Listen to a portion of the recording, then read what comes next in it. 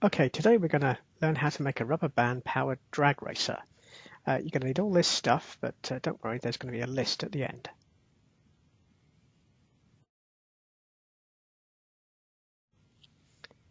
First step is to cut out the chassis shape. If you've got the Lads and Dads Club template, you can use that, otherwise just make a guess. It's about A4 sized.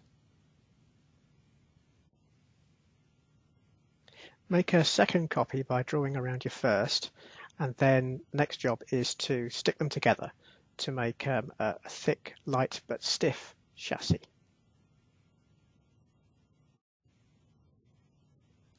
While your chassis is drying, cut holes into the two bottle tops to make the front wheels. Next job then is to take a piece of drinking straw and cut that so that it's just a little wider than the nose of your chassis. Okay, pull apart your biro and then pass the inner part of the biro through the first of your bottle tops. Then add the drinking straw to make an axle, and then put the second wheel onto the axle to make your front axle complete. Take the axle to the underside of the nose of your chassis.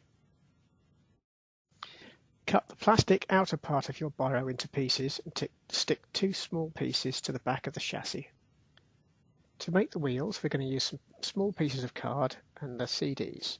So the first thing we're going to do is draw around the CD in the corner of our sheet of paper. We're then going to, using that circle, make a square. So we're going to use a straight edge to draw two more lines to finish the square.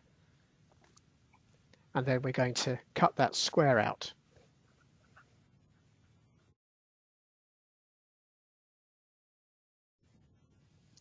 Next, to make some hubs, you need to glue the little squares of card either side of the CD. Sometimes it's a good idea to use extra pieces just to make the hubs a bit thicker. Now we need to make some holes in the center of the hubs. So we're going to use the square of paper and use the corners of that paper to help us discover the center of the CD using our straight edge and our marker pen.